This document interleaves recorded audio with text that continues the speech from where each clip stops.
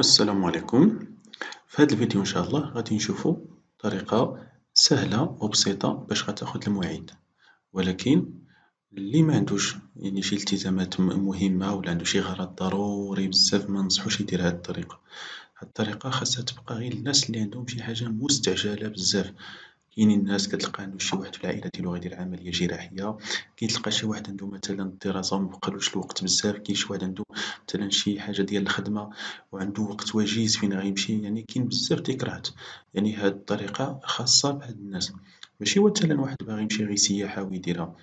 هادي الحاجة الأولى. الحاجة الثانية، قبل ما دير هادشي دابا اللي غنديرو في هاد الفيديو، خاصك أول حاجة تتصل بيهم وتسولهم باش يعطيوك التفاصيل أكتر، باش ما ديرش شي حاجة وتبقى كتسنى يعني الفراغ.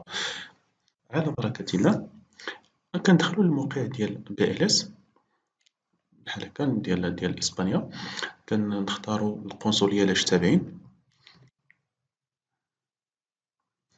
من بعد كتختار اللغة اللي بغيتي، ويستحسن أنك تختار عربية ولا فرونسي ولا اللي بغيتي، راه كاين لونجلي. من بعد كنجيو لهنا السيرفيس ا دوميسيل.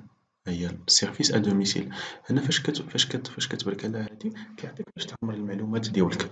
وهنا السيرفيس ا دوميسيل راه كاين شي مرات كيجيو حتى لعندك للدار، وشي مرات يعني يقدر يقولوا لك اجي عندنا تدفع، يعني تدفع في BLS بحال الرباط، ممكن يجيو عندك ممكن يقول لك دوز عندهم يعني BLS وتدفع، واخا كتخلص ثمن زايد يعني، وكتمشي تدفع بحال غتدفع بحال الناس العاديين. بالنسبة للمصاريف باش كيتقام هادشي، راه كيتقام 2700 درهم تقريبا، فيها مصاريف الفيزا فيها كلشي، يعني 2700 درهم. من بعد فاش كندخلو لهاد الخانة كتبرك على هنا، كدير اكسبتي، صافي. من بعد كتجي كتعمر هاد المعلومات.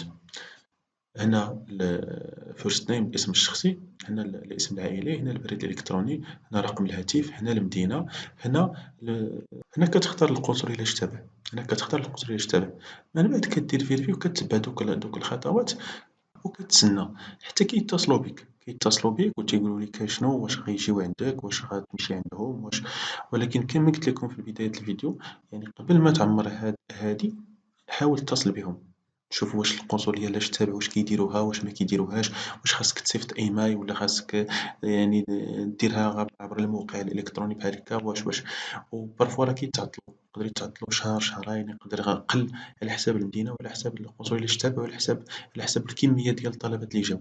داكشي باش هاد الطريقة ديال السيرفيس ا دوميسيل يستحسن تبقى غير للناس اللي عندهم شي حاجة مستعجلة، يعني صافي عيا ما يصبر ولا شي حاجة. راه كاين شي خطرات كتلقى شي عندها بنتها غتولد تما، ولا كيكون شي عنده ولدو غيدير شي عملية جراحية تما، ولا كتلقى شي حالات بحال هكا شوية اللي صعاب، يعني يستحسن هاد الطريقة تبقى لهاد الناس، والله ييسر الجميع.